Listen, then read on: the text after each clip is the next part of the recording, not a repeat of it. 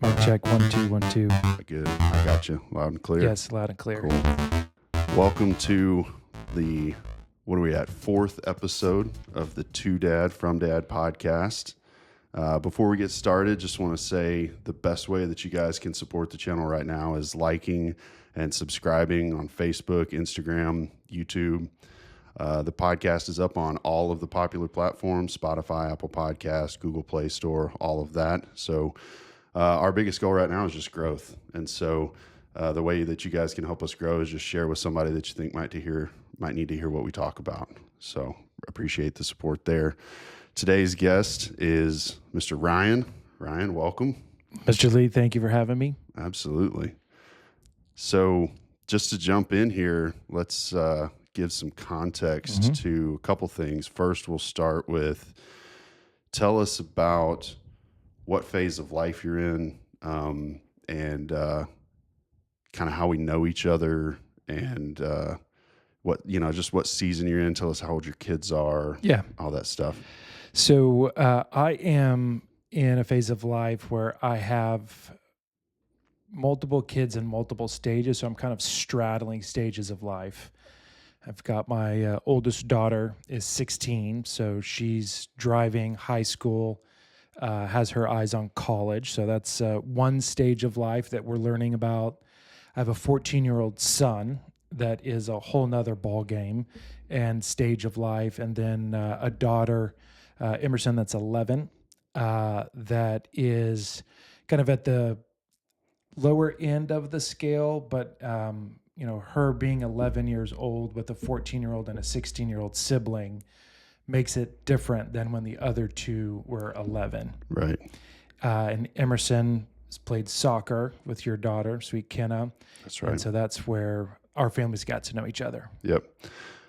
Emerson and Kenna and the rest of your kids all go to the same school as well. All go to the same school. Yeah. So we see each other at a lot of the Christmas events, homecoming events, class parties, and stuff like that. So and all the athletic activities. That's right. Yeah. That's right. Okay. All right. Well, I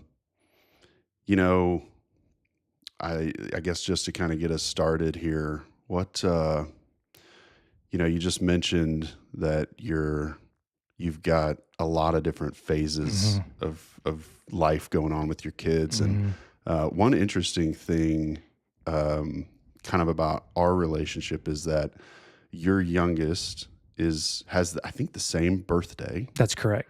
As my oldest. That's right. And I'll tell you, it's really interesting seeing Emerson and Kenna together because there's kind of a saying that your kids are all really kind of the age of the oldest kid in the house. That's right. Have you found that to be true? Because I notice a difference in maturity when I see Kenna and Emerson together.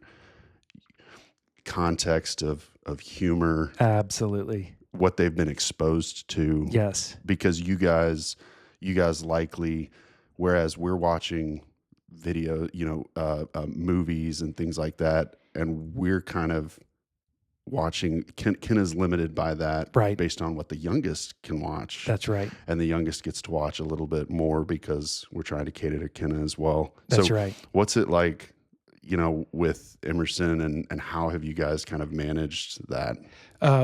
We've attempted to manage it, but it's actually fascinating. So when I think about when my oldest Pearson was 11, what our life looked like, how we parented, what we did, how we spent our time, what we talked about in the household. And then I think about Emmy being that same age with an older sibling, brother 14, and older sister that's 16. And you're right. I mean, she's exposed to so much more. The family dynamic's completely different. Right. What we talk about in the house, what our schedule looks like.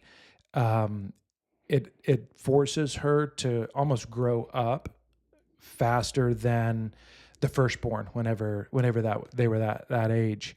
I'm very fortunate because all my kids in their own individual way are just wonderful kids. They all have different characteristics, personality, talents, likes and dislikes. And while we obviously have our moments amongst the three siblings of it being challenging, we have our fair share of bickering and fighting. But my oldest daughter and also my son, they're just really good examples. And so they've kind of found a way to be a good influence on Yeah. Emerson at 11. But how we treat Emerson, we have to be careful because we cannot forget that she's 11, and sometimes that we do, Right. because we're dealing with a 16-year-old daughter and a 14-year-old son, Yeah. and we forget that she's a baby, and the expectations of her, how we communicate with her. Sometimes we find ourselves treating her older than she really is, which is not fair to her. Right. So that's something that we've had to get used to. And given that there's a pretty significant age gap between my oldest and my youngest, it's interesting how the cues that Emerson takes for what's acceptable, Right. her attitude, how she communicates what she likes and what she doesn't like. Right. Obviously, my wife and I influence that, but then also what her older sister does and does not do significantly influence it. So it's just an interesting dynamic. It's really challenging. Yeah. The way that we try to minimize that dynamic or the negatives of that dynamic is just intentional time. Yeah. Because ultimately what Emmy wants is just time with mom and dad. That's right. But it's hard to get whenever you've got this game, that game, this activity, that activity, spending time with her on things that she wants to do. They're just different than what my son and my oldest daughter want to do. And so we find that whenever things become challenging in parenting Emerson, it's tied back to the fact that we haven't spent time with her. That's right. So that intentional time is hard to come by, but kind of the antidote for the challenges of being the youngest of three. When you think back to,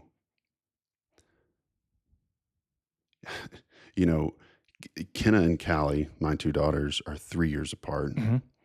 So Pearson and Emerson would be 5 years apart. Mm-hmm. And it can seem like there's a double standard, Absolutely. right? Absolutely. Or almost like a dichotomy of Mm-hmm. parenting, because it's not uncommon for us to hear, well, Kenna gets to do this. Why can't I do this? Yeah. Or why does Callie get that and I don't get that? And it's like, well, if you remember 3 years ago, which they can't, they can't understand the context of age yet, right? But it's like, when you were 9 years old, when you were 8 years old, you got that too. You got to do that too, and vice versa. Yes.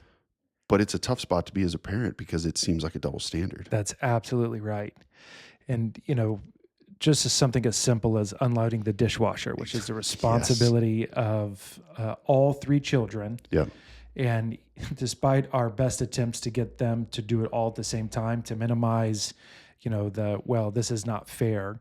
My oldest daughter, in addition to going to school, is very involved in gymnastics. She does gymnastics 16 hours a week, in addition to her homework and then having a social life. And so almost every single evening, she's gone essentially straight from school to gymnastics. So she's not home. Right.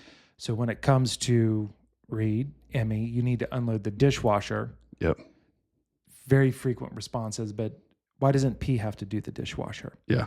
And it's a challenge because it's a valid point. Right. And they don't understand, well, P's actually doing gymnastics. She's doing an activity. Right. They don't understand that. Right. And so it's making sure that it's meeting them where they're at and where their mind's at, making sure that when P is home, that she is helping out with the chores and attempts to know that, hey, listen, it's definitely not fair. There's a reason for it, but the other sibling's not essentially getting a free pass. But it's hard. I use the example of dishwasher, but it can be used for anything from curfew to phone usage to what you can watch on TV. Yeah. It makes it challenging. Yeah.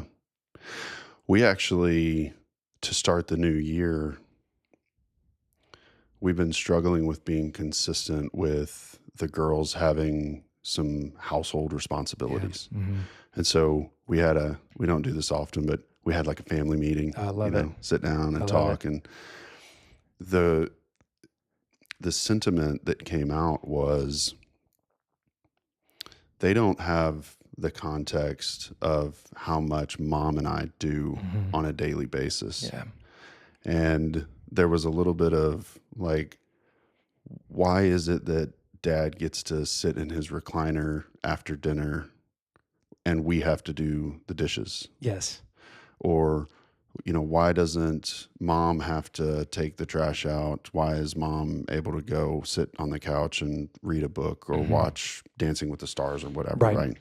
And it's funny because when you're sitting there, you can you see them out of your peripheral and they're just kind of staring at you. Very observant. And you just think to yourself, like, they are looking at us like we're the laziest deadbeat parents ever. And this is just like, this is child labor. Yep. And we're abusing them. That's right. Making them.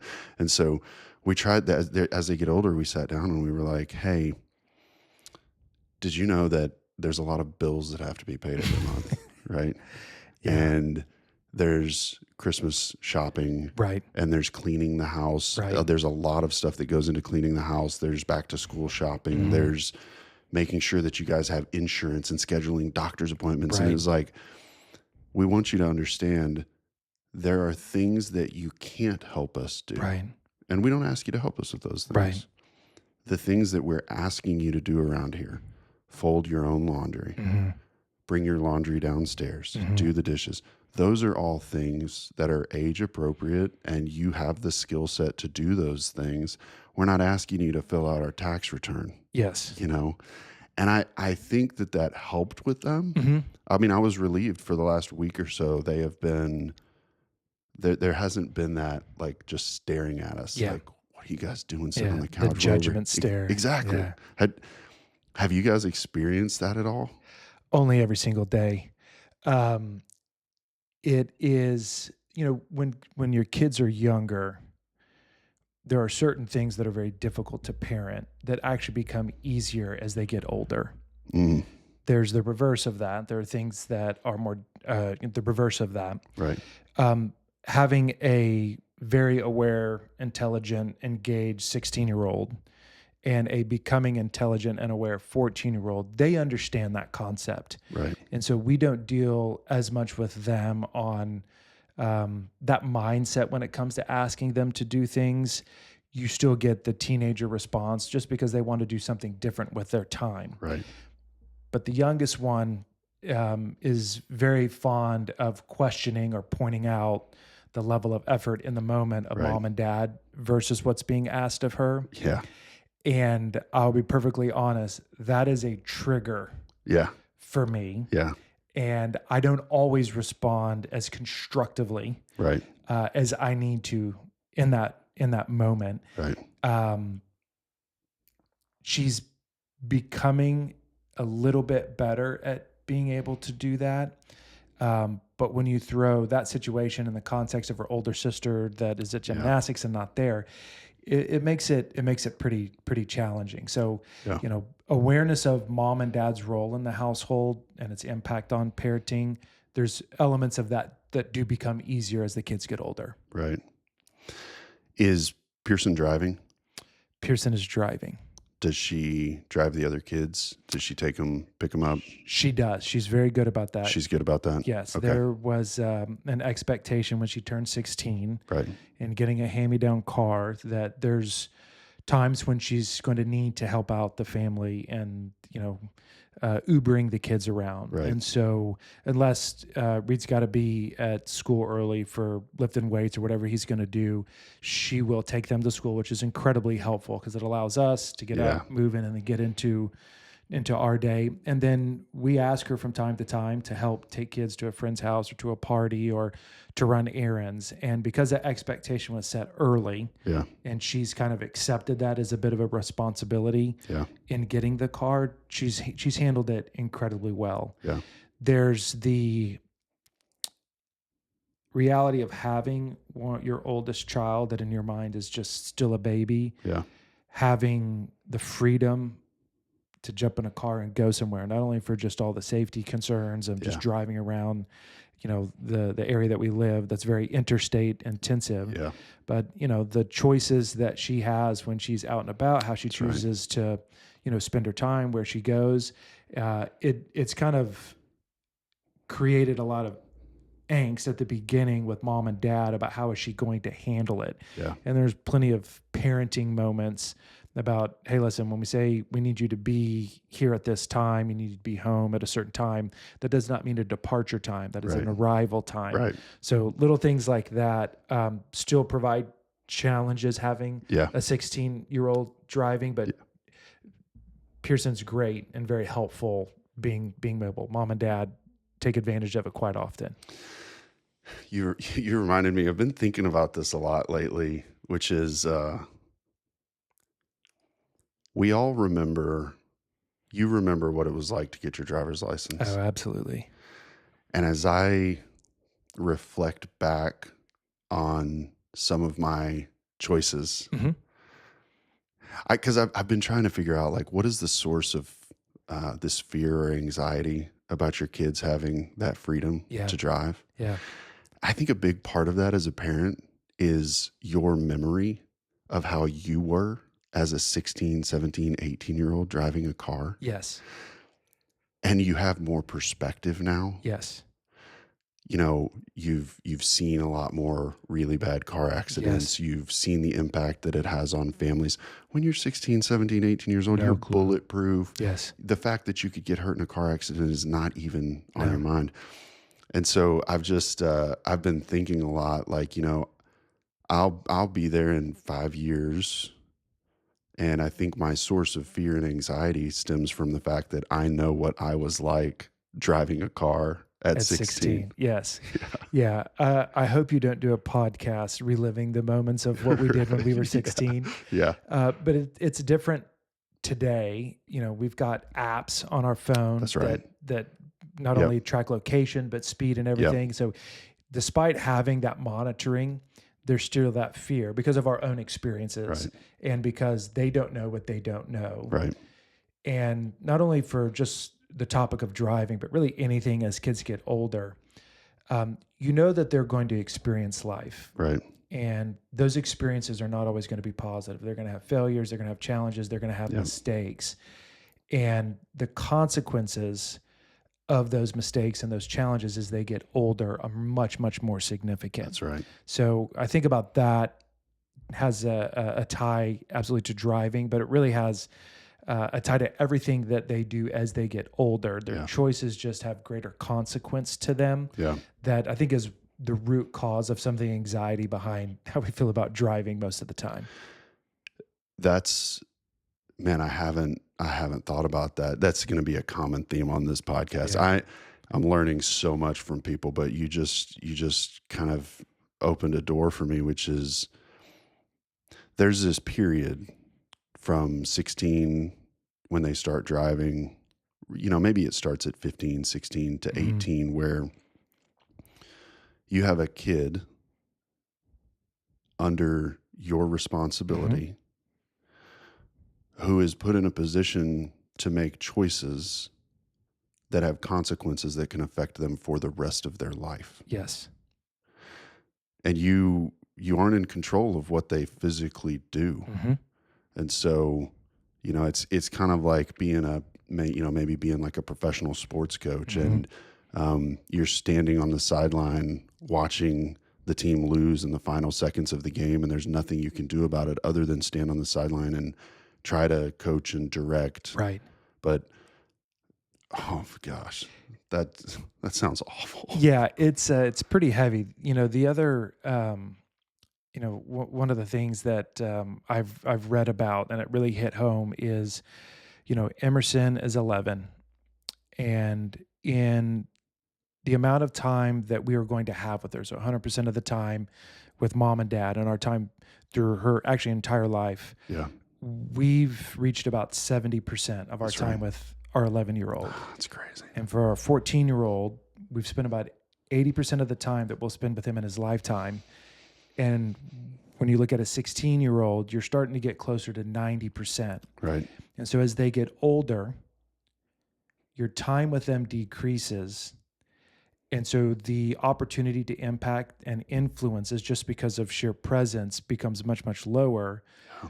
But the decisions they make as they get older, the consequences get much more significant, severe. And that is another parenting challenge as kids get older is, and we experience this with Pearson as she's thinking about and knows what she's going to do after high school and go to college. We don't have much time with her, but you have this realization that you're not going to have much time with her. And so you want to spend more time with her and try to Right. almost over index Right. on your influence and weigh in on the decisions that she's making right at a time when she actually does not want that. Yep. She's wanting to become more independent. Yep. And so when you have the crossover of a minimal amount of time and what you talk about in that time, it's a challenge not to be the overbearing parent, to kind of get your influence in, because that influence is just fading by the day. Yeah. So when it comes to the conversations and providing feedback and guidance on the decisions that she's making, and as she's kind of contemplating whether to do A, B, or C, we have learned to be very careful to just treat that time with respect. Yeah. Because that conversation with a 16-year-old is completely different than what it is with an 11-year-old. With an 11-year-old, you're going to have all evening to discuss and debate it. But with a 16-year-old that just got back from gym, that's getting ready to go do homework, you got about 7 minutes. Yeah. And you got to be very respectful of that time. Yeah.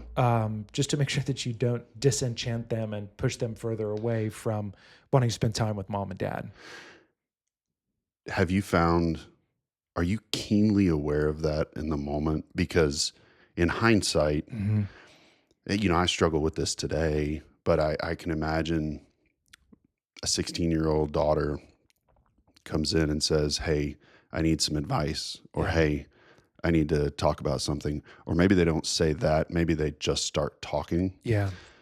And where I am today, and we've talked about this on a couple episodes before, I don't do a good job of stopping what I'm doing and putting my phone down. Yeah.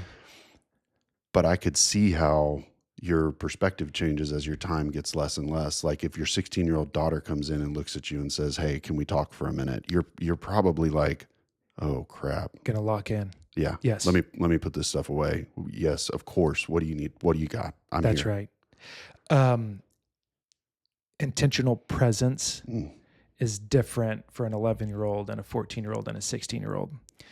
And unfortunately, I wish it was as easy as a 16-year-old telling you that there's something significant that they want to talk about. Right. The reality is you have to find it, or you have to sense it, or you have to pick up on it. Right. And then you have to create the environment for them to feel comfortable to be able to talk to you about it. Right. And that in and of itself is incredibly challenging. Why, the 7 minutes in the evening that you have with her. Yeah. As you get older, both my wife and I, when my oldest daughter comes in, we're more naturally inclined to lock in. Right. But it's different for the 11-year-old. That's right. When the 11-year-old walks in, it is, okay, oh yeah, forgot about you. Here you are. Yep. What do you need to do? Do you have homework? Right. So as they get older, it becomes easier to lock in. Yeah. But it's for us, we found it's more difficult as they get younger. Right. But as they get older, the intentionality of doing, daddy-daughter coffees, date nights, same with my wife. You have to be very intentional about creating that space, because if you don't create that space, those topics that need to be discussed don't naturally come up. Pete and I in the first episode talked about this concept of you want to create an environment, your kids are going to mess up, they're going to make mistakes, and they need to get exposure to things while they're with you so that you have the opportunity to dialogue those in a safe space.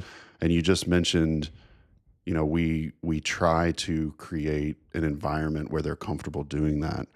Is there anything that stands out in your head that has been really important to creating that environment? Yeah.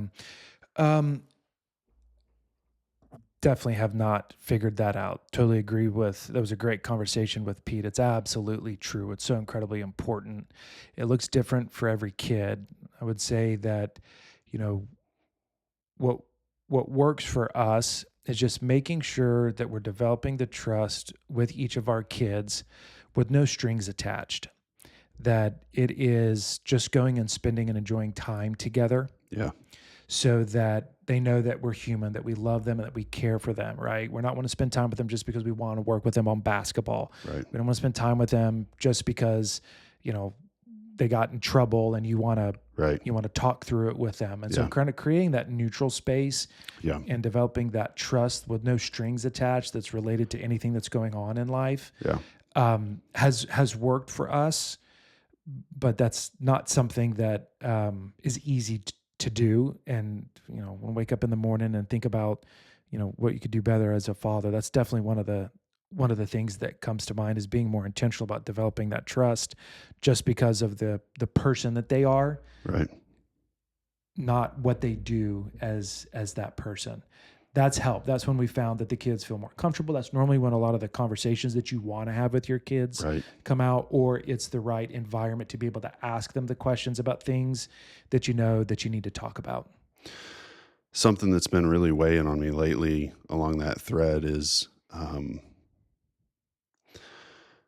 I've found that we have gotten in a bad rhythm of having really intentional conversation, specifically with our oldest one. But it's always, the catalyst for that is always something like traumatic going on. Yeah, an event. An event. Right. She got in trouble. She had, somebody said something that upset her. And the reason that that's been bothering me is because I don't want to create this environment where either of them get more attention when they've done something wrong. Right. Because then the behavior is, well, if I want more attention from dad, all I have to do is get in trouble. That's right. That's going to get me.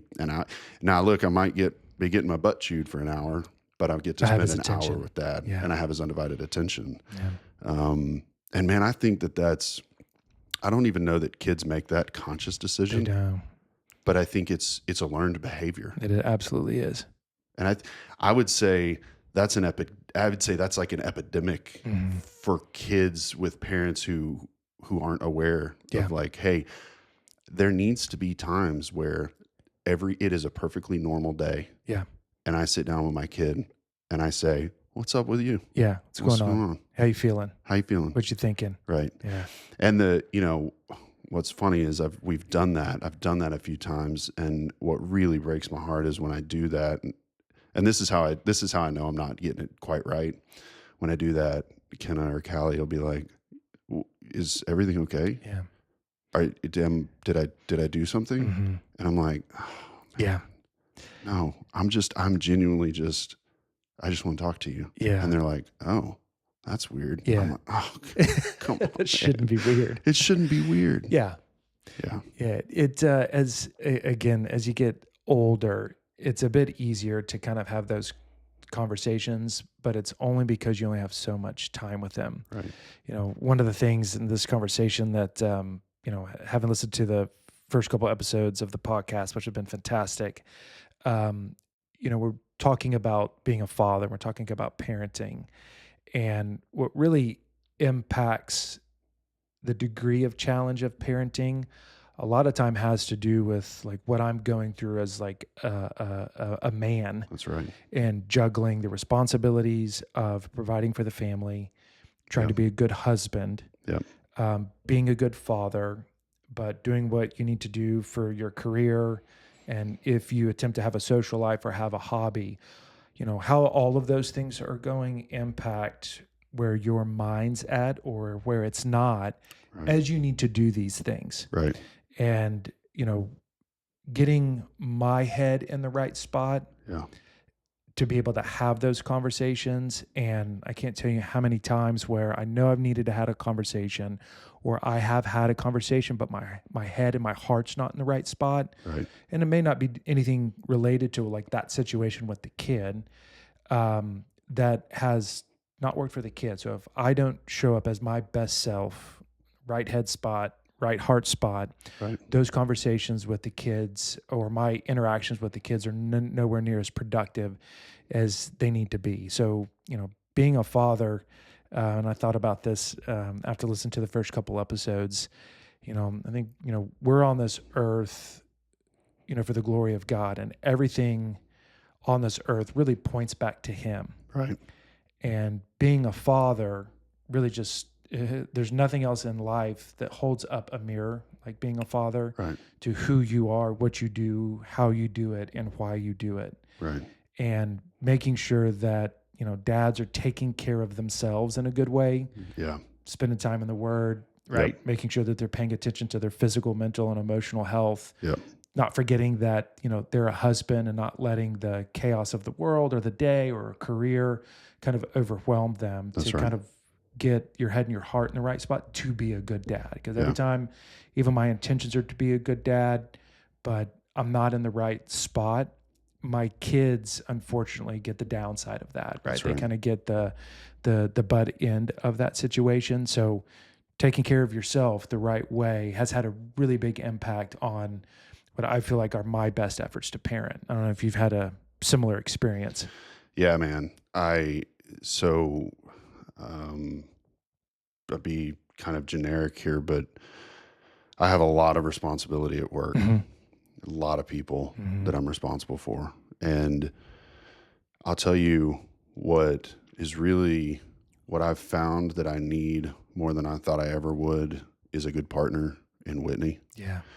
And what that looks like for both of us, she works with kids all day. Mhm. And so there's days when she gets home where her tolerance for kids is done. Non-existent. She's run out of emotional Understandably capital, so. Yeah. right? And there's days where I mean, even recently had some really heavy stuff at work. Mhm. And for me, the majority of that time is people related, Yeah.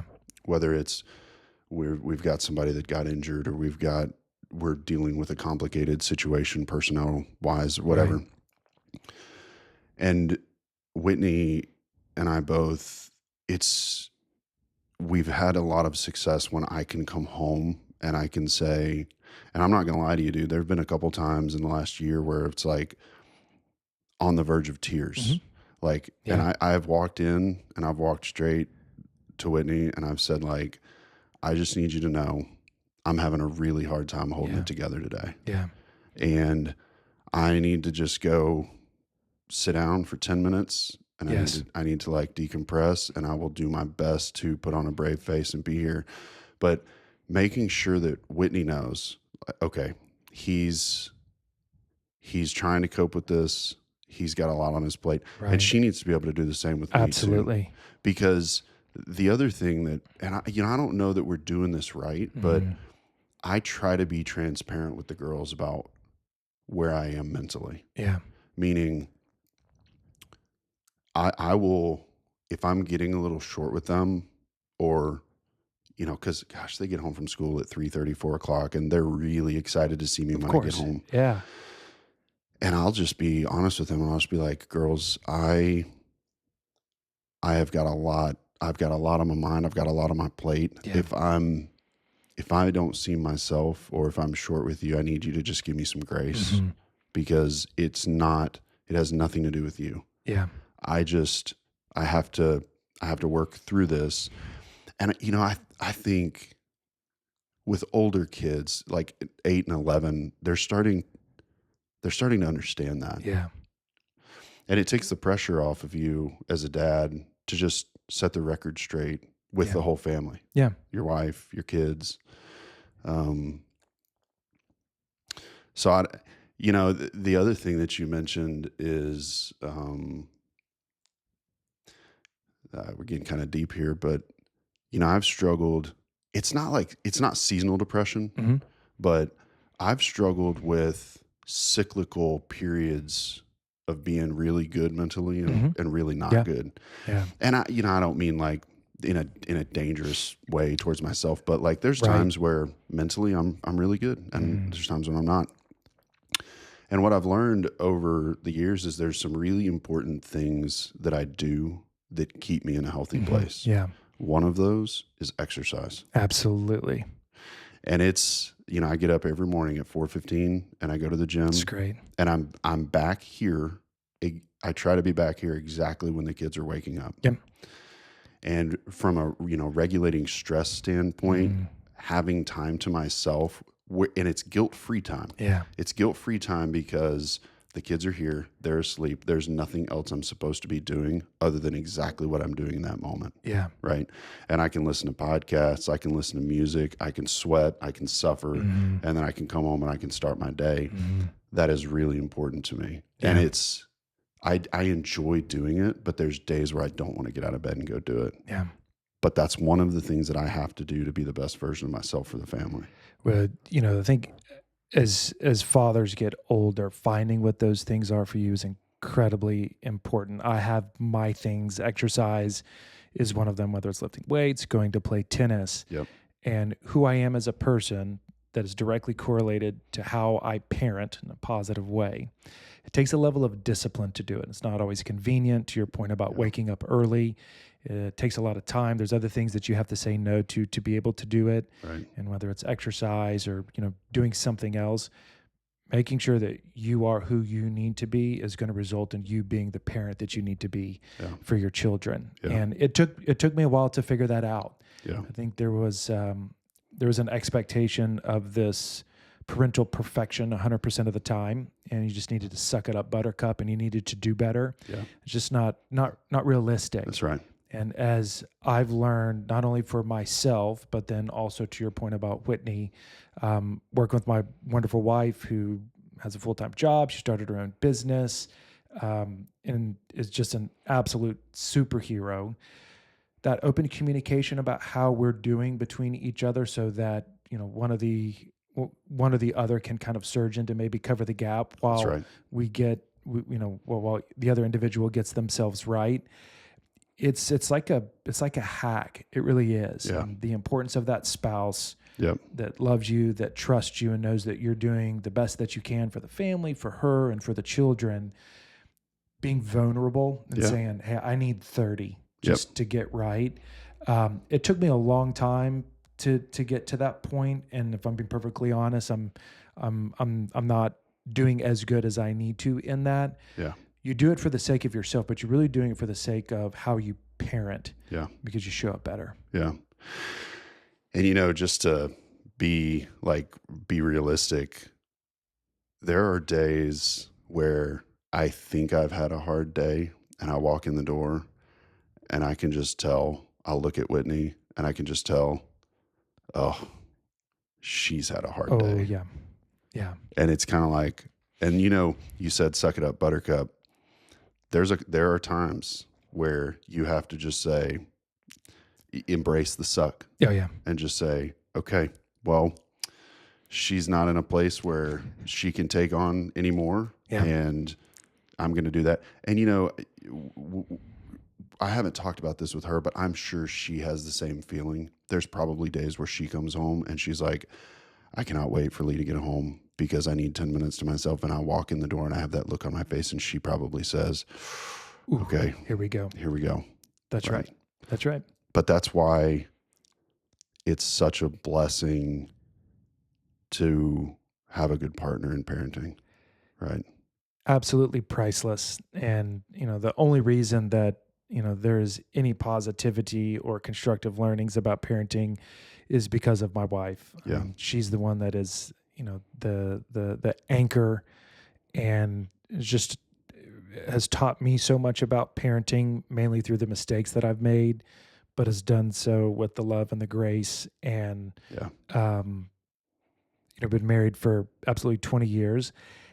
It just never changes. Like, that's just life. And Yeah. as we, each of our kids continue to go through their stages, that's the one constant thing is your spouse. Yeah. Talked earlier about 16-year-old, we've spent almost 90% of the time in her life. We've already spent that with her. Yeah. And so we've had, you've heard this concept of empty nest syndrome. Yeah. And while, let's say, as the oldest goes to college, we're still going to have the other two coming up, but we've kind of grappled with and have had conversations about like the early feelings of empty nest syndrome. Right. And while we've got a long ways to go before we're truly empty nesters, we actually do find we find ourselves with more time. Right. And making sure that we still enjoy each other's company, Absolutely. that we enjoy doing things together, that we laugh, Yeah. do activities that are not directly associated with the kids, which is really, really hard to do. Yeah. The fact that, or as my daughter kind of has picked her path after high school, we were kind of like reminded by that when we had these emotions of, oh my goodness, our baby's going to college. Yeah. Oh my gosh, like as time moves on, it's just going to be you and I. Yeah. And so there's actually been a lot of positivity that's come out of that, of just being more intentional about finding time with your spouse. That time with your spouse is no different than the time with your children. That intentional time Right. just gives you an opportunity to remember why you fell in love in the first place, Yeah. why you got married. Yeah. It develops, more sense of trust, understanding, and grace, so that when I do walk in the door after she's had a long day and she looks at me Right. and knows that I'm absolute toast, Yeah. you're able to work through those things Right. because there's that connection between you and your wife. So, Yeah. well, yes, parenting is incredibly important. Taking care of yourself and then making sure that you're prioritizing and treating your wife the way that she deserves. And to be clear, I'm not great at that. Right. But when we do that, things just happen to, they just feel like they fall in place a little bit better. Couple things. First, you said your anchor. I just wanted you to know there's this song that I love, and I think the title of the song is called "Ball and Chain." And it's really a pet peeve of mine when people say, the old lady's calling," or I got to get home to the old ball and chain. Yeah. It bothers me just because I love my wife and I don't want to be disrespectful in that way. But there's a guy that wrote a song called Ball and Chain, and he shifts the metaphor. And he says in that song, he said, every big ship needs an anchor. Right. And it's a love song about my old ball and chain. And it's the fact that, a massive ship without an anchor in the middle of the night would run aground. That's right. It would just get pushed around in the ocean without anything to keep it in place. I like that. And so I love the positive spin on that. It's, because some people would say, my wife's an anchor, it's dead weight holding me back. But I think the reality is every strong man needs an anchor. Yes. To keep them grounded and keep them in place and keep the ship where it needs to be. Yeah. There's a lot of power there. There's no great man that has been on this earth that didn't have a great woman behind him. Right. And I think that is even more true for parenting. Right. And staying on the same page requires that connectivity between you two, and then it makes that parenting so much easier to do. Yeah. Why, one of the most important, I think there's two important choices in life, right? Like, what you choose in religion, right? Right. Why you think that you're here on this earth, and Right. The guide by which you live your life, and then who you choose as a spouse. Right. The reason that my kids are as great as they are is because of my anchor. Yeah. Something else that you just mentioned was, and I want to talk about like pursuing your wife a little bit, but I'm reminded, I got some advice years ago that was, not only is it okay, but it should be something that you do often, which is there are times where Whitney and I will sit on the couch and we will tell the kids, hey, this is mom and dad cuddle time. Because the girls, they're affectionate, they're loving, they want to come pile on the couch. And we do that a lot. But it's also okay to set boundaries and say, girls, this is mom and dad cuddle time. Mhm. We're snuggling on the couch, we're connecting. And the frame that really helped me with that was, and I think we talked about this a little bit on a previous episode, but girls and boys need to see Mhm. what healthy love and affection and a relationship looks like. Yes. And I don't think it's a bad thing for your children to know that there are times where you prioritize love and affection with your significant other. Yes. That's something that they should see you do. They should not only see us do it, but they should see us enjoy it. That's right. We attempt to do date night as frequently as possible, and because my kids are older, we don't really have to worry about childcare so Right. much. Having older children, and the kids have learned when mom and dad says that it's date night, mom and dad are going to get ready, and then we're going to go out to eat. Yep. And there's no calling, hey, Reed's not doing his piece of the dishes. Like, they've learned to respect that time. Yeah. That I think is a good example to them. And it recharges us. And as we walk back in the door from a date night and we see our wonderful children there, like, it's just a sense of gratitude that actually develops as Christy and I spend time for our children. So, cuddling on the couch, going on date night. Yeah. It's hard to do it though. It is. As demands on your time Yeah. get greater. Obviously going on date night's got a financial implication to it. Yep. But it is one of the most important things that you can do to be a good father. Yeah. Is to find that time with your wife. Yeah. And the financial implication piece, it's funny, we are blessed with some amazing friends that have kids the same age, and over the Christmas break we somehow pawned our kids off for sleepovers, and both the girls went on one night, and which basically means we've got childcare, right? And it's funny because Whitney and I got back to the house, and it's 3:00 in the afternoon, and it's kind of like, well, what are we going to do tonight? And we used to do this thing before we had kids when we really didn't have money to go do stuff, where I would carry the mattress into the living room and put the mattress on the living room floor. That's so good. And we would just lay in bed, because back then that was the only big TV that we had in the house. And we'd lay on the mattress on the living room floor, and we would watch Lord of the Rings, Harry Potter, Die Hard, whatever the series is, and just binge watch it together. And although I'm a lot lazier now and we have a bigger TV in the bedroom, but I just told Whitney, I was like, why don't we just do nothing? Like, let's just make grilled cheese sandwiches and get a bag of chips and queso, and let's just go lay in bed and binge watch whatever you want to watch. It is one of the most life-giving events or activities that you could do. That's right. That's so great. Yeah. So I think pursuing your wife is important, and it takes time. And I said this before, but it's a phrase that's really stuck with me, which is you just have to give yourself grace and understand that it's direction and not perfection. Yeah. And you're going to look up, and you're gonna look at your wife, and you're gonna say, "It's been like 2 months since we have had more than an hour alone together." Give yourself some grace and say, let's get something scheduled. Yeah. What are we doing this weekend? Right. Let's make it happen. Put it on the calendar. Right. I just know that I live in a world of extremes. I just have an extreme, maybe you could even say like addictive personality. And it's kind of like I'll find myself in this headspace like, well, it's too late at this point. Like we've already failed. Missed it. Right. Yeah.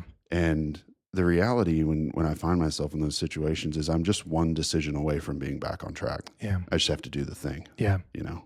Yeah. Being able to flip that switch, very difficult to do. I find, as we were talking about earlier, about like exercising and those things that kind of help you reset your mind. Yeah. Being able to flip that switch, I think, our responsibility as husbands and as fathers is to be the one to flip the switch, Right. and not expect the spouse to flip the switch. Right. But how much joy can come from a flip switch? It's kind of unexpected, unanticipated, but being able to do it, your wife and your kids see that in you, and it just completely changed the whole dynamic of the family. Yeah. So I want to ask you something specifically because Pearson is 16 and this is something that we've been starting to experience a little bit, which Mhm. is when kids, and I would say girls because I'm at least we don't have boys. I think it probably exists with boys too. But what has it been like for you as the girls transition into like preteen and Mhm. teenage years? You know, I've had a lot of other dads be like, "Oh man, enjoy it while it lasts because the years that are coming are rough. Yeah. They're not going to want to spend any time with you. They're not going to want to talk to you. They're just going to want to stay in their room all day." What has that been like for you? And, you know, what do you do about it? Well, that situation applies to my 16-year-old daughter and my 14-year-old son. Yeah.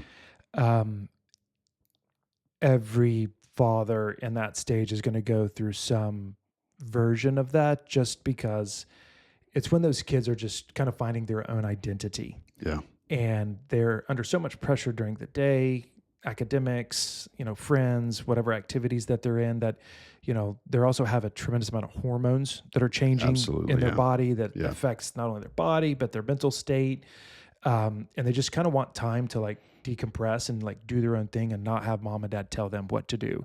And that's something that we battle on a weekly basis, of just getting them out of their room as they're going through that. So it's a balance of like respecting it, giving them their time, giving them their space, um, trying to find those things that the family enjoys doing together. It's difficult. Again, you got a 16-year-old and 11-year-old, so the activities that are enjoyed by the entire family Yeah. are in that Venn diagram. That middle Right. section is incredibly small. Right. A couple of the things that I found that we do as a family that kind of neutralizes the hormones and the stage of life of the 16-year-old and the 14-year-old wanting to be in their rooms. We like to cook together. Yeah. We'll kind of say, hey, we're going to do a family dinner. Yeah. Let them choose what they want to make, have them make it, turn some music on, dancing in the kitchen. Yeah. It seems to always be a great time. And then we're a big sports family. Yeah. And for some reason, we recently got into cricket. So we've been watching cricket in the yes. evenings, kind of learning Yes. about how cricket works. Yeah. Knee before wicket. Yeah. Never good. I don't know what that means, but for some reason, my kids know what that means and they're teaching us what it is. Absolutely. Yeah. But just having those experiences together, it becomes more difficult. But again, you just have to be intentional to try to find them. And Yeah. when you do find them, you see them kind of come out of their shell a little bit. They come out of their rooms, Mm-hmm. and they have that good positive experience with their siblings and with their mom and dad. Yeah. But unless you're intentional about it, and sometimes it takes a little bit of coaxing or forcing the kids to be able to do it, it just kind of resets the dynamic in the family. What does family vacation look like for you guys? Do Oh y'all goodness. do that? We do. We love family vacations. Yeah. I travel quite a bit for my job. Yeah. And so I'm not really the first one to want to jump on an airplane again, because I do that quite a bit. Yeah. But the family absolutely loves travel. We are a beach and water family. Okay. And this summer, we had the opportunity to take the family down to Turks and Caicos. And it was really the first time that we as a family had been to the beach in a couple years. So it was a very special thing to do. Yeah. And limitation on screens. You're on the beach, you're throwing the football, you're swimming, you're snorkeling, you're paddle boarding. We do Yeah. all meals together. Yeah. And it's just amazing how whenever you have extended amount of time away, Yep. and it has to be away from the house, because when you're in the house Yep.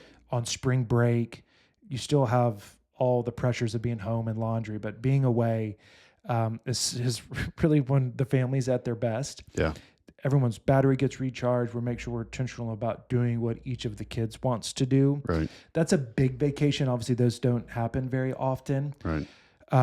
Trying to get away for a day or two. My wife is really good about this, saying, okay, listen, we need to go just get a hotel. We as a family need to just get away from the house and go do something. And she's always right when we end up doing it. We always benefit from it. It just recharges our individual batteries, but kind of the family battery. And we just enjoy that we remember that we enjoy being together. Yeah.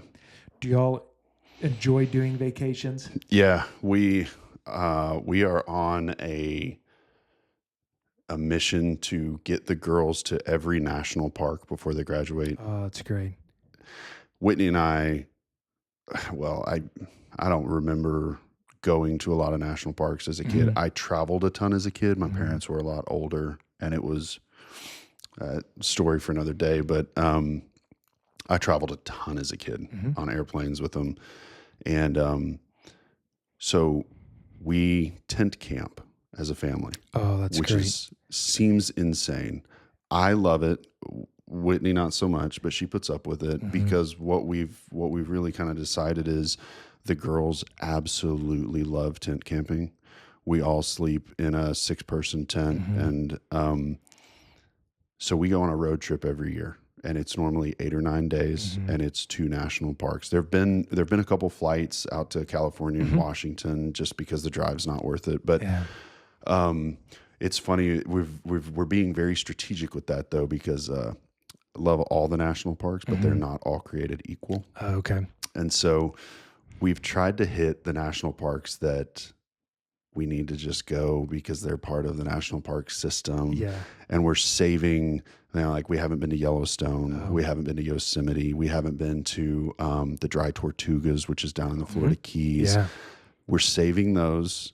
We probably, as they get older, there's going to come a time where they don't want to tent camp anymore. Mhm. But Whitney and I have just decided, as long as they want to tent camp, we are going to tent camp. Just run with it. Run with it. Yes. Even though, it's uncomfortable for us sleeping on the ground and Mhm. all of those things. But there will come a time where our family vacation morphs into road tripping and staying in hotels so that Yes. everybody's more comfortable and all of those things. And that time together as a family is just unbelievable. Yeah. Do you involve the girls in like the planning of where y'all go? Is that a conversation that you have as a family, or do they just not care? They know they're sleeping in a tent with mom and dad. Sign me up. They know they're sleeping in a tent with mom and dad. All they really care about is they want to be able to play outside. Oh, so beautiful in its simplicity. And we actually talked about this with James last week. We actually have to take a step back because we want to go and do everything, and we want to go and experience everything. And there's times where the girls just want to play in the dirt with sticks, or they want to swim in the river. And being okay as a parent with just saying, this is what they want to do, this is what we're going to do. Just let them live in the moment. Right. And we like to go to the beach too. We do a lot of beach vacations, and the beach can be the same way because they would literally stay at the beach for 10 hours. Yep. And at some point after being at the beach for 4 hours, it's just like, okay, Yeah. like this has played out. Yeah. Let's go We're do ready to something else. What's next? Right. Yeah. So Having, I talked earlier about just like the mental realities of having essentially 18 months with my daughter left before she goes to college. oh gosh. And even today, as we think about, my wife and I looked at our schedule at the beginning of the year, and we're essentially booked through June Right. of this year with like 2 or 3 open weekends. Right. And the time that you have available to go and do those things, that window just it just closes on you. And as they go off to college or whatever they're going to do after high school, that time just reduces even more. So the fact that you're being intentional about that, doing something that they love when they're younger, they're going to remember that for the rest of their lives because it gets more challenging as they get older. Yeah, absolutely. It does. Okay. I want to go back. You said something earlier that I just want to talk about for a second about empty nester syndrome. And, I don't know the statistics on this, but I know there are a lot of divorces that happen between 17, 18 years of marriage and Yes. 20, 24 years of marriage, right? Hmm. And I think a lot of that stems from kids leave the Hmm. house. You're in the house with your wife, and you wake up one day and you're like, I don't know you. Yeah. Who is this? Who is this person? Yeah. Um, and we talked about intentional time with, pursuing your wife Hmm. and spending that time. Whitney and I are kind of different. We've known each other since we were 13 years old, Hmm. and we waited 5 years before we had kids to have our first kid. And so it's funny. We are so thankful for all of the time that we get with our kids, and I Yeah. don't want this to sound the wrong way, but there's a part of me that's like, I'm ready to just be with my wife again, Absolutely. you know? Yes. And it's hard to say that out loud because it makes It you feel is. a little guilty. It does. Um, I'm with you 100%. I think I'm gonna crush being an empty nester. Like it's like the only thing I actually may nail in life. Um, but the reason that I feel that way is because of those moments in time over the last 20 years, even after having kids.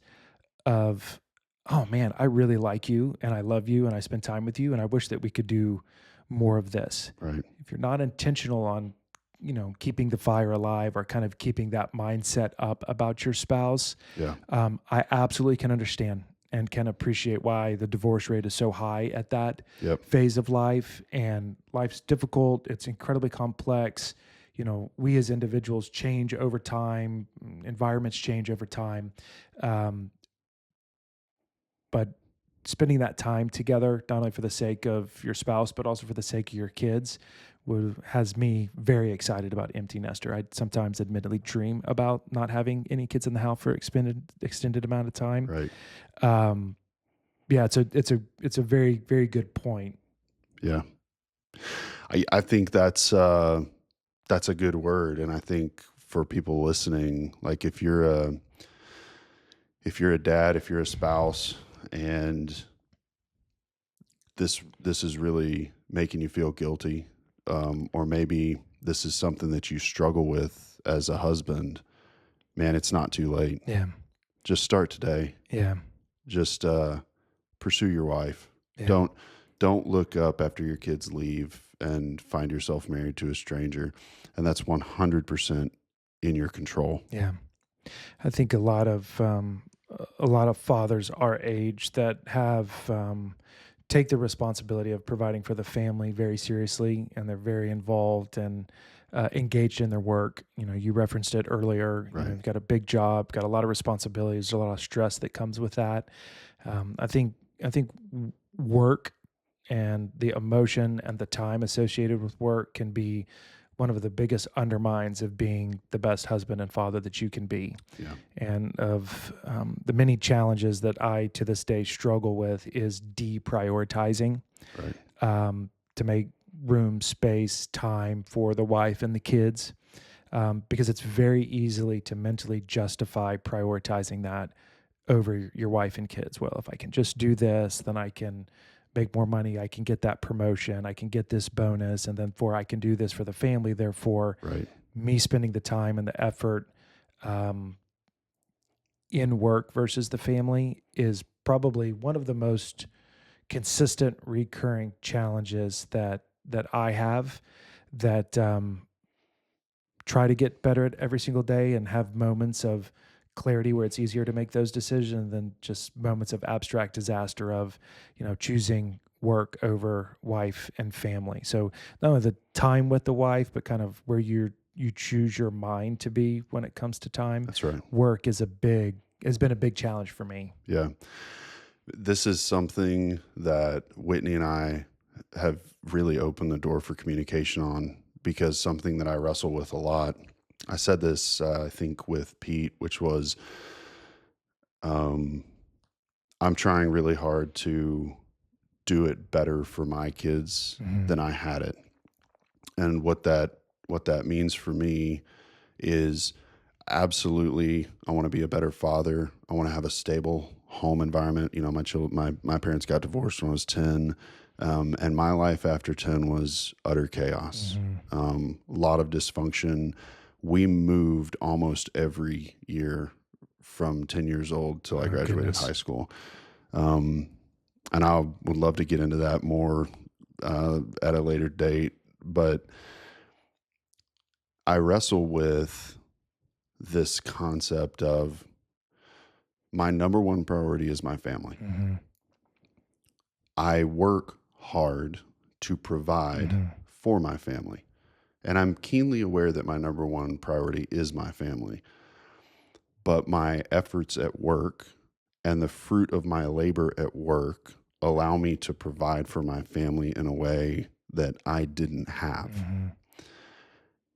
But there are moments where when you're gone for a long time, or you have to go to a trade show over spring break, where you're riddled with guilt because you're like, what am I doing here?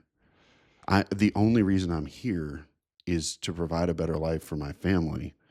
This is not a better life for my family because I'm not with my family. Yeah, you're right? missing missing that life that Exactly, you're right. shooting for. Yeah. But I think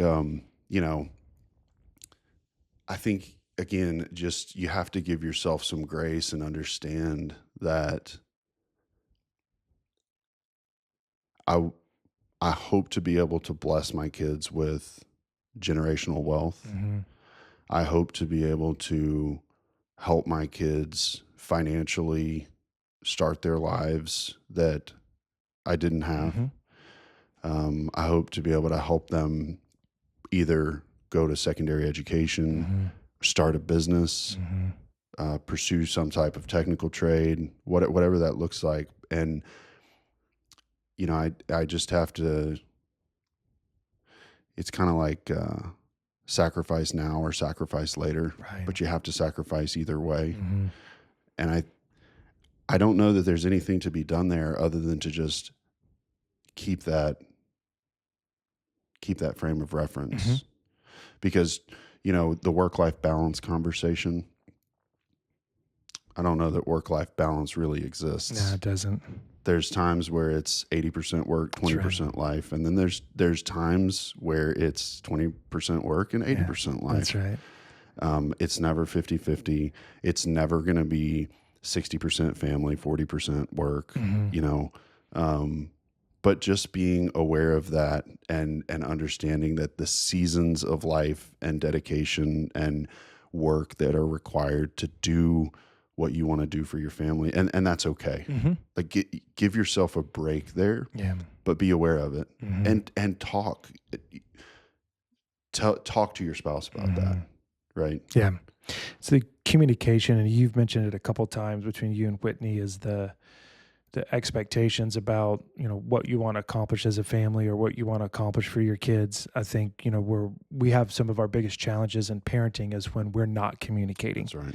Expectations get off. Therefore, there's resentment that comes into the conversation and the feelings and the emotion that then compounds. I have created this year, coming out of kind of thinking about the new year, what to do different. I have a couple hour block that I've set aside in my work schedule to just make sure that Christy and I have time without kids to be able to talk, to plan, to think about what's coming up. And I've never done that before, and we're just early into it, and it's going to be difficult to keep it consistent, but I can, just in a little bit of time that we've done it, that communication is making us better parents. Yeah. Because expectations are set between us and can set them with the kids.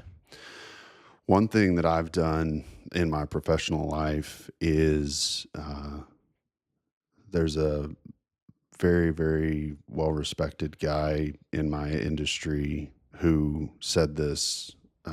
He gave a speech and he said this, but he said, and this guy was a C-suite executive at a Fortune 50 company.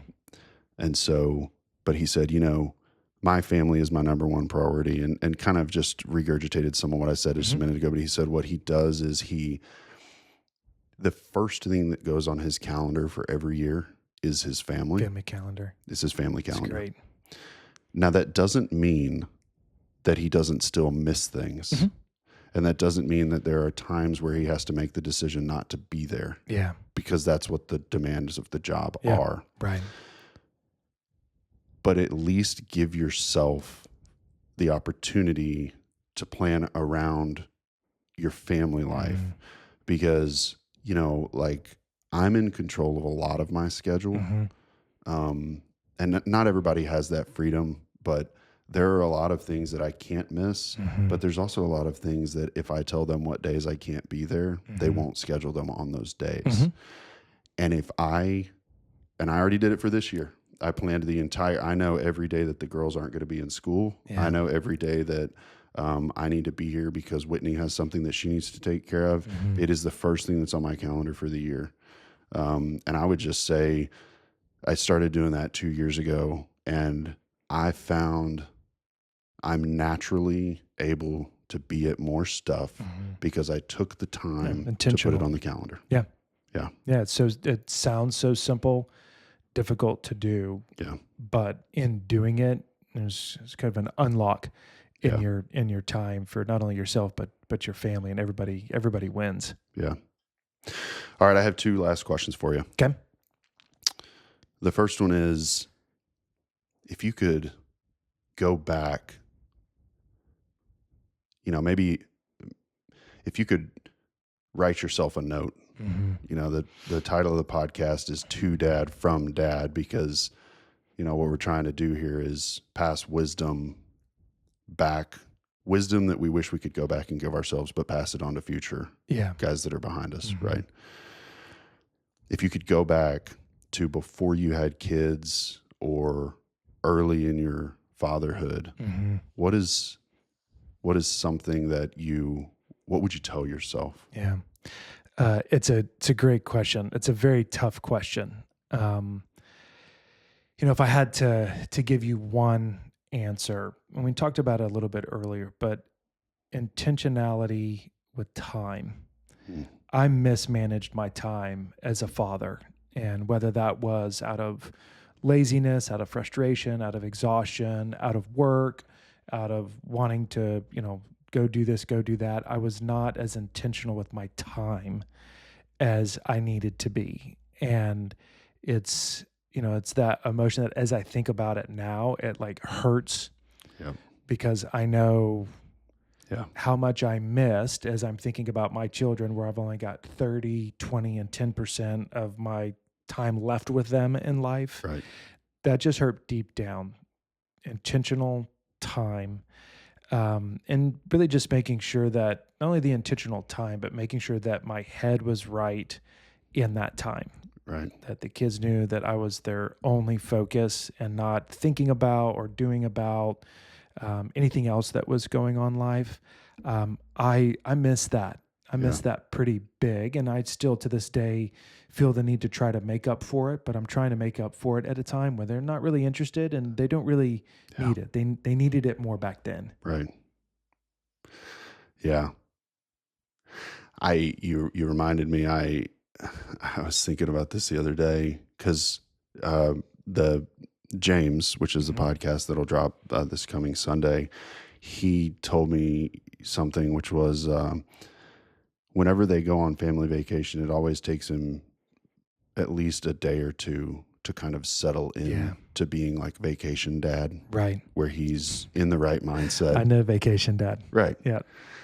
And I was just thinking to myself, at work, there's times where I have to stand up in front of 400 or 500 people and talk, Yeah. and talk for 10 minutes, talk for an hour. There's times where I have to lead, 2 or 3 day long, seminars or Mhm. training sessions or whatever. And when I think about in my professional career, the preparation and the time that I spend getting myself in the right headspace Mhm. to be on for 100 people for 2 days, because I don't have 4 hours to warm up. Mhm. And I take that very seriously in my Mhm. professional career. And I was just reflecting on, shame on me for not doing that same thing home. at home. Yeah. Right. Yeah. And it's really just, obviously spend a lot of time planning where are we going to stay, when are we going to leave, where are we going to get gas, where are we Mhm. going to eat, all of the tactical elements of it. But I spend very little time reflecting on, okay, how do I need to show up Yeah. as a dad to be the best version of myself for my kids? Mhm. And so, as we prepare for spring break trip this year, going to national parks, that's something that I'm going to focus on. That's great. Is a day or two ahead of time, I'm going to start thinking, what headspace when we get in that car and we leave San Antonio to Mhm. drive for 6 hours? Mhm. Where's my head at? Right. That's, that foresight and, what's driving that behavior is based upon, not doing it well in the past. Mentioned multiple times that there are things that as your children get older become easier. One of the things that is more difficult as my children have gotten older is not feeling like I have to prepare as much Right. because they're turning into their own individual person. They've got their own likes. We don't spend as much time together. Yeah. And I find myself having a tendency to attempt to wing it Mm, because they don't want to spend as much time with dad. right. And sometimes I'm like, okay, I don't really want to spend as much time with you either, Right. which is not the right response, but I don't find myself being intentional. So you doing that while your children are young, Right. even though the time that you spend with them as they get older reduces, it actually becomes more important to be more intentional because you only have a short amount of That's time right. with them. That's right. That's great. Yeah. Okay. The last question I've asked everybody so far, which is, I'm really struggling to perfect this question, but when you're not here anymore, Mm-hmm. what is something that you hope your kids understand about you? Mm-hmm.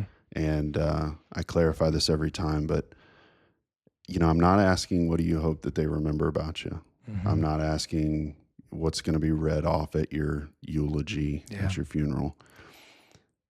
What your kids understand about you is something that you can't tell them. It's something that they're going to have to arrive at on their own, like deeply Yeah. understand about you as a man, as a father, as a husband. What is something that you really hope that they just know to be true about you?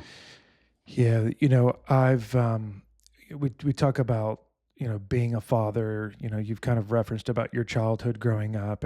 Each of us have our own dynamic about our parents growing up, but what has been like another learning experience for me is keeping up the relationship with my father as he gets older, Right. and what I have come to learn and to understand about what he did when I was a child as I get older and experience being a father myself. Right. And there's so many things that both of my parents did fantastically well in raising myself and my three brothers.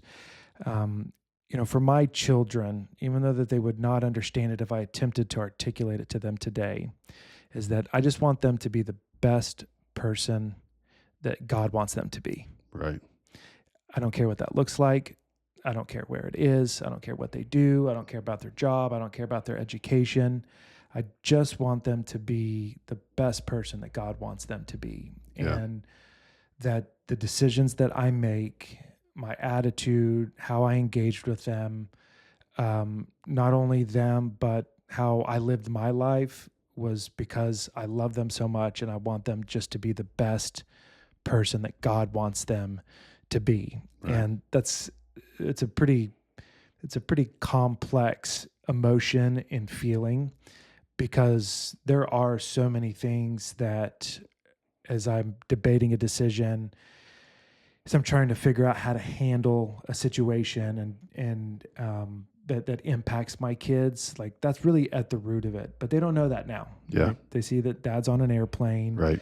or why is dad jumping my tail about this, or Yeah. why does he even care about this, much less he's not happy about it. Why is he Right. want at the root of it all is I just want them to be the best person that God wants them to be. And my prayer is that as they get older and as they experience life, and then hopefully as they have families and have their own children, they'll come to understand and respect it much like I have for my parents. Absolutely. Man, that's powerful. Hmm. I think something that my dad has done really well. I don't ever wonder if my dad is proud of me, Mm, and that's where when I was just listening to you talk about that, I think about how much of your kid's life, you never know how much of their life is going to be after you're gone, yeah. right? And so, kind of what I hear you saying is like, when you are gone and your kids are in their, 40s, 50s, 60s, whatever it is, that they would be able to think about you and think about where they are and what they're doing and say to themselves, like, this is what dad would have wanted. Hmm. But not only because this is what dad wanted, but because my heavenly father, Hmm. I know that this is what I'm supposed to be doing. Yeah, And that would have made my dad really happy. exactly. Yeah. Very well put. That's a great, simple articulation of it.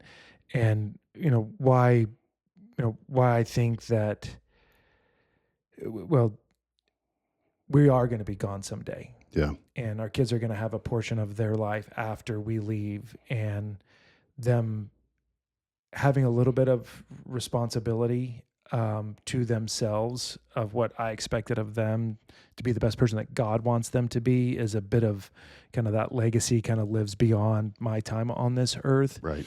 So to your point, that as they make decisions, live their lives, and they know that they're doing it the right way, that they can put a smile on their face and know that I'd have a smile on mine. Yeah.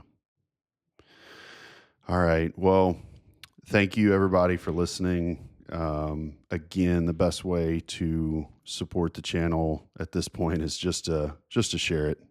We're just trying to get our reach out there. So follow us on Instagram, follow us on YouTube, subscribe to the podcast, leave us a good review. And hey, I said this, and I'll say it again. Check us out on twodadfromdad.com. There's a Q&A submission form on there. And one of the things that I'm most excited about is as the viewership and the audience grows of this is I'm really excited about hearing from people who found the podcast. And I said this last time, but if there is something that you're struggling with, or if there is a topic or a circumstance or a situation that you're in that you feel like is unique, or you feel like you're alone in something, if you'll send me an email to that link and just let me know what the situation is, I will go and find somebody who is in a similar situation or who has been there before you, and we'll bring them on and we'll talk to them about whatever it is. So twodadfromdad.com, check out the Q&A submission form, drop me a note, let me know what you're interested in, what you want to hear more of.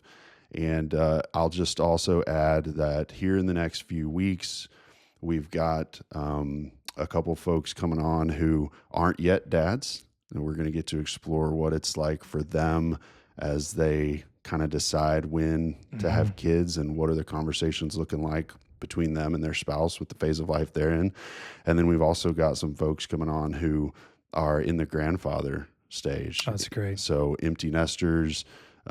We've also got some folks coming on who have struggled through some infertility stuff, but have found some amazing blessing through adoption. That's great.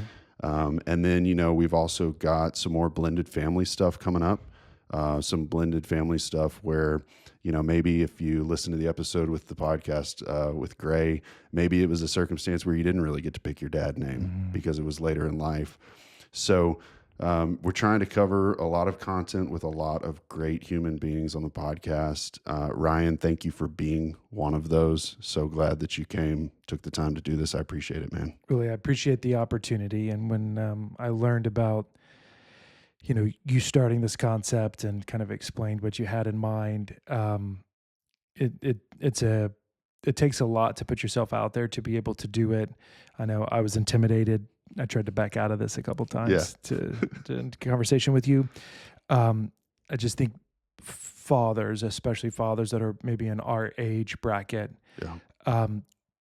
not as many of them have people to talk to as maybe you and I do. I think we're very lucky. We're very blessed to be able to sit down and have a conversation like this that helps in keeping ourselves accountable, but just knowing that we're not alone out there. Right. And so you putting this together and putting it out there, and the opportunity for others to put questions in about things that they're struggling with. You've set up a phenomenal platform to help a lot of people, and many that probably need it because they may not have the same type of friend relationship that some of the people that on this podcast have. So Right. thank you for having me. Absolutely.